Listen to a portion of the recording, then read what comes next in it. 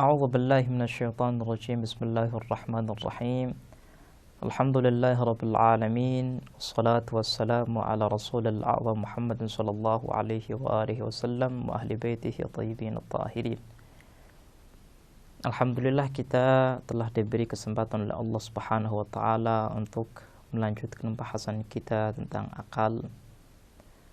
Karena memang pembahasan tentang akal merupakan pembahasan yang sangat urgen yang harus kita ketahui bersama.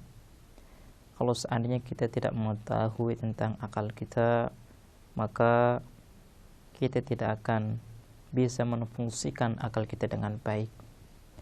Makanya perlulah kita membahas tentang akal supaya kita bisa mengetahui akal kita dengan baik dan kita bisa memfungsikan akal ini dengan baik dan sesuai dengan apa yang diinginkan oleh Allah Subhanahu wa taala. Pada kesempatan yang baik ini, saya akan meneruskan bahasan yang lalu tentang keterbatasan akal.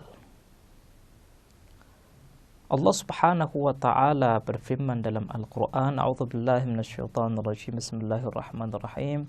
Wa ma ataakumur rasul fakhudhuhu wa ma nahakum anhu fantahu. Ketika Allah Subhanahu wa taala memerintahkan kita untuk taat kepada Rasul, artinya Allah ingin memberitahukan kepada kita, wahai manusia, wahai hamba-hambaku, akal yang telah aku ciptakan dalam diri kalian, akal yang aku ciptakan sebagai petunjuk kebenaran dalam diri kalian, bukanlah sesuatu yang sempurna sehingga kalian tidak memerlukan hidayahku, tidak memerlukan pertolonganku dan bantuanku dalam menggapai kesempurnaan, dalam mengetahui tentang aturan yang baik. Wa ma ataakumur rasulu fakhudhuhu wa ma nahakum anhu fantahu. Kemudian ayat lain, fa in tanaza'tum fi syai'in farudduhu ilallahi war rasul. Kalau seandainya kalian memiliki perselisihan di antara kalian, maka kembalikanlah kepada Allah. Artinya hukum yang bisa berfungsi untuk bisa menyelesaikan perselisihan kita adalah hukum Allah Subhanahu wa taala. Kalau seandainya akal kita itu tidak terbatas, akal itu mampu menggapai segalanya, maka tidak perlu Allah Subhanahu wa taala memerintahkan kita untuk kembali kepada dirinya. Kenapa? Karena Allah Subhanahu wa taala sudah mendesain akal dengan sempurna, tidak memiliki kekurangan, bisa menggapai sesuatu. Bisa menggapai sesuatu yang ada. Fa in tanaza'tum fi syai'in farudduhu ilallahi war rasul. Membahas seputar akal, maka kita harus akui bahwa akal kita itu terbatas, dan konsekuensi dari keyakinan ini maka kita harus kembali kepada Allah. Jangan seperti orang-orang yang terlalu percaya diri bahwa akal mereka adalah akal yang sempurna, yang bisa mengetahui segala sesuatu tanpa bantuan orang lain. Pembahasan yang lain adalah tentang sifat yang dimiliki oleh akal. Saya akan awali pembahasan ini dengan sabda Nabi yang mengatakan, al-ilmu khalilul mu'min wal aqlu daliluhu. Ilmu adalah temannya orang mukmin dan akal adalah petunjuk seorang mukmin. Dalil. Mungkin kalau kita hanya melihat sekilas hadis ini, kita tidak akan bisa memahami makna yang sangat dalam yang tersimpan dalam hadis tersebut. Tapi kalau kita contohkan tentang urgensitas petunjuk, maka kita akan memahami dengan benar bagaimana urgensitas akal.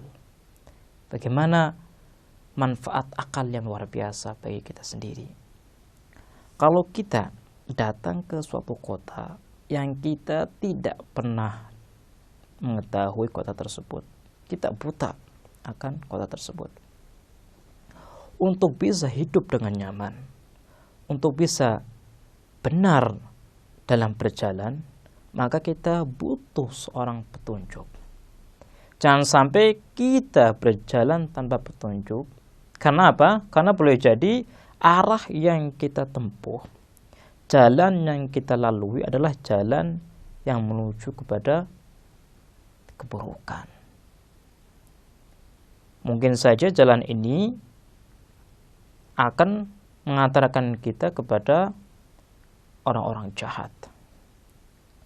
Bukannya kita selamat, kita malah ditawan, bahkan kita dibunuh. Ini urgensitas petunjuk. Ketika Nabi mengatakan bahwa wal aqlu dalilu, artinya kalau kita ingin benar jalan kita, kalau kita ingin terarah, maka kita harus fungsikan akal kita. Tidak mungkin kita berjalan tanpa petunjuk akal. Wal aqlu dalilu. Kemudian ada satu percakapan antara Muhammad bin Sulaiman Ad-Dailami dengan Al-Imam Ja'far Shadiq alaihissalam. Muhammad bin Sulaiman bertanya kepada Al-Imam Ja'far Shadiq alaihissalam tentang seseorang yang rajin beribadah, yang rajin mengamalkan ritual-ritual agama. Kemudian Al-Imam Ja'far Shadiq alaihissalam bertanya kepada Muhammad bin Sulaiman, "Kaif aqluh?" Bagaimana akalnya? Muhammad menjawab, "La adri, saya tidak tahu, Imam." Imam Ja'far Shadiq alaihissalam meneruskan, "Inna thawaba ala qadril aql." Pahala ibadah itu sesuai dengan kualitas akal. Kalau seandainya kita beribadah dengan menggunakan akal secara baik, maka pahala yang kita dapatkan adalah pahala yang besar. Kualitas ibadah kita adalah kualitas yang tinggi.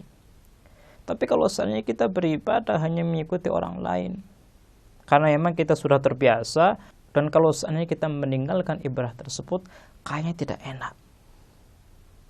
Ibadah seperti ini adalah ibadah yang tidak memiliki nilai sama sekali. Kalaupun memiliki nilai, nilainya sedikit. Makanya Al-Imam Ja'far Shadiq alaihissalam mengatakan, "Inna thawaba ala qadril aql." Pahala ibadah itu sesuai dengan kualitas akal. Ketika seseorang beribadah dengan kesadaran dan mengetahui arti ibadah, mengetahui apa yang ia lakukan. Ketika sholat, apa sih makna sholat? Apa yang ada dalam sholat? Kenapa ia takbir? Kenapa ia sujud?